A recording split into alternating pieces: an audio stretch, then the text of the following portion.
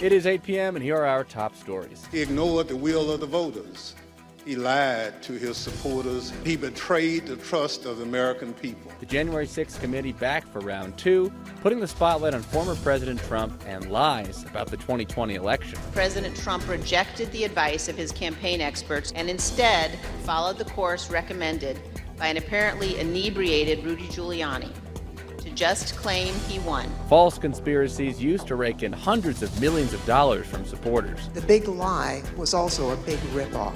We're less than 2 days from the Stanley Cup final and Avs fans are pumped. I'm so excited. I was in tears when they won, and I just cannot wait to see this happen. The team and fans getting ready for a challenge. Lightning are going to be tough, but I'm really excited. It's going to be a hell of a series. As the city prepares for thousands to descend upon downtown. We're excited for Avs fans to be able to have more outdoor areas to be able to go and watch the games.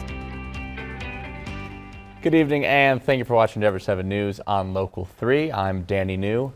Idiotic claims and absolute rubbish. Those are just two of the terms former Attorney General Bill Barr used to describe former President Trump's baseless allegations about election fraud.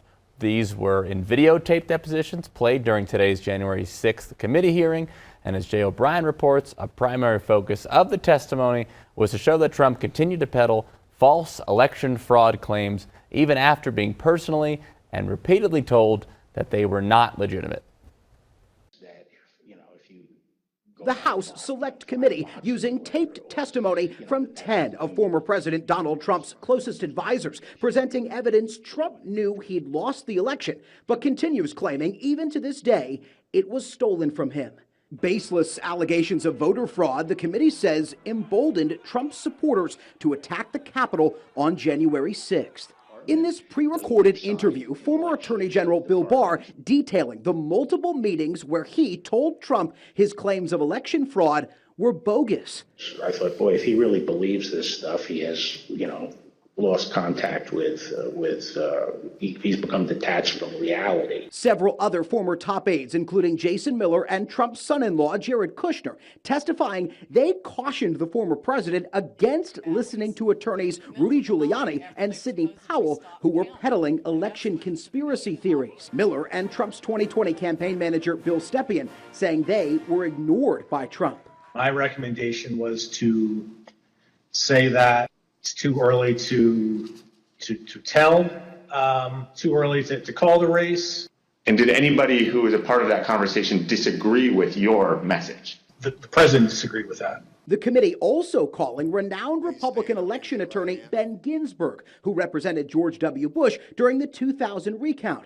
Ginsburg telling the committee the Trump campaign's claims were far-fetched. The 2020 election was not close. The most narrow margin was 10,000 and something in Arizona, and you just don't make up those sorts of numbers in recount.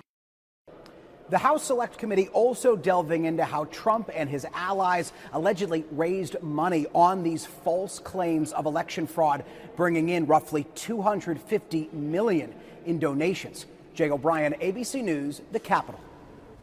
Thank you, Jay. And the next hearing is scheduled for Wednesday at 8 a.m. and another Thursday at 11 a.m. And then two more are expected next week, but we don't know when those will be just yet. Not yet confirmed. But you can find full in-depth coverage of the hearing so far on the DenverChannel.com and the free Denver 7 Plus streaming app. Today, Senate Majority Leader Chuck Schumer applauded a bipartisan agreement on gun safety that was discussed over the weekend. He added that there still is, quote, a lot of work to do before a bill is actually passed. The agreement includes funding for school safety and mental health resources and expanded gun background checks for 18 to 21-year-olds. At least 10 Republicans are on board with the potential bill, which is enough to overcome a filibuster. 6 people were shot at a house party over the weekend in Denver's Virginia Village, just south of Glendale. 2 male victims died at the scene and 2 other men, 1 woman and 1 teenager, were taken to the hospital. Police still have no information on a possible suspect. 3 men from Colorado were among the 31 people arrested over the weekend outside a Pride event in Idaho. They are 26-year-old Nathan Brenner, 23-year-old Connor Ryan, and 28-year-old Forrest Rankin. All 31 people arrested are believed to be members of a white supremacist group called Patriot Front. Police say the members were packed in the back of a U-Haul truck with riot gear. All 31 members were charged with conspiracy to riot, which is a misdemeanor.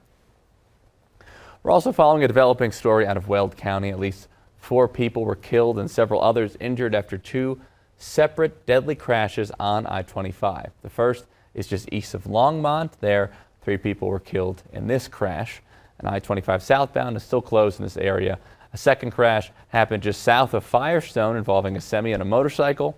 1 person died in that crash, and I-25 has reopened near that one. All right, a calm before the storm tonight as we take a look at Ball Arena from Air Tracker 7. But we know in 48 hours the party will be on as the whole state gets ready to cheer on the Avs to a Game 1 victory. And naturally, while the fans get excited, the city has a lot of work to do. Downtown is setting up. We're getting ready to broadcast the games right here on Denver 7. And you know, Ball Arena has a lot of work as well, both for the players and for everyone coming to cheer on their team. So, Denver 7 CB Cotton joins us live from Ball Arena after speaking with some of the crews. CB, what have you learned? Danny, well, I can tell you work is going to be cut out for so many people. Today we got to speak to Kroenke Sports and Entertainment, and of course that's the holding group that owns Ball Arena and the Colorado Avs, and they tell me there is going to be tech crews working around the clock until the puck drop on Wednesday night. So still a lot of work to be done. And speaking of everything that lies ahead, today we got to see the broadcast stage being set up for ESPN. It was pretty cool to check out in person. Today we were told there will be an ESPN stage outside of Ball Arena and one inside. A lot of the ESPN folks, they flew in today from Connecticut to begin this work. And not only are you going to see the best of the best broadcasting this game, of course, right here on Denver 7, Kroenke Sports and Entertainment has set up a fun program. If you want to feel like you're in Ball Arena from the comfort of your couch, this is pretty neat. Take a listen. So we've developed, we call it Pom Pom Post, where fans can go to coloradoavalanche.com and make a donation to Kroenke Sports Charities of $10, and we will mail you a set of pom-poms. So you can be watching at home, waving your pom-pom and enjoying the game as if you're at Ball Arena or watching us play down in Tampa. So the best place I recommend fans go to is coloradoavalanche.com. And if you want to get those pom-poms, it's pretty simple. The most simple thing you can do is just go to Google and type in Colorado Avalanche Pom-Pom Post. Danny, I know that you've seen these pom-poms inside the station because our own Ann Trujillo is a big Colorado Avs fan, and she has several of these pom-poms, and they're so cool to wave around. So definitely something for fans to check out if they want to get that experience inside their home. Also, we're told today by Kroenke Sports and Entertainment, they're going to be setting up a bunch of cool, fun activations here outside of Ball Arena. So before the game, people can come out and cheer on the Avs hours before and just have a really cool, fun time. A lot to look forward to this week. And of course, we're going to be following it all here on Denver 7. I'm going to send things back over to you in the studio, Danny. Thank you, CB. You are right. There is no one more excited than Ann Trujillo. All right, plans are in motion for official Avs watch parties across Denver. So far, 3 places have submitted permit requests to host them. They are Tivoli Quad on the Auraria campus, Chopper Circle at Ball Arena, and McGregor Square, which you may know is near Coors Field. Avs fans we spoke to said the parties are a great substitute when it's a little difficult to afford the tickets to this game. Every time I go to a game or a watch party, something crazy happens. So it's awesome. I don't think we can afford the game, unfortunately. We'd love to, right? We'll definitely be at some watch parties, though. Bars and restaurants were heavily impacted by COVID and had to spend a lot of time closed or at reduced capacity. So this is just a great opportunity for them to kind of come back a little bit. Watch parties are the best. You just want to be near other fans. That's what makes it fun. So the city has already approved Tivoli Quad's permit, and they plan to set up a big screen to watch the game on, along with multiple bars. It's going to be so cool. And hey, odds makers had picked the Avs to win the Stanley Cup from the start of the season, and tonight that remains. Most sports books have the Avalanche favored to win the Stanley Cup, saying the series will go the full 7 games. There's nothing better than a game 7, so you'll take that. And we know how much Coloradans are liking the new sports betting law. Here's proof. A state audit found that between May 1st of 2020 and April 30th of 2021, the sports bettors wagered upwards of $2.3 billion on sporting events. That is a lot. And hey, don't forget, we, Denver 7, are your home for the Stanley Cup Final. We will have a whole team of reporters me included, covering all the excitement from early in the morning to late at night. It's going to be a marathon, and as I'm sure many of you know, Game 1 is this Wednesday. We will air a pregame show for you that will start at 5:30, and then the puck is set to drop at 6. And then we'll also have a postgame coverage so you can see all the fun and excitement with the fans right after the game ends.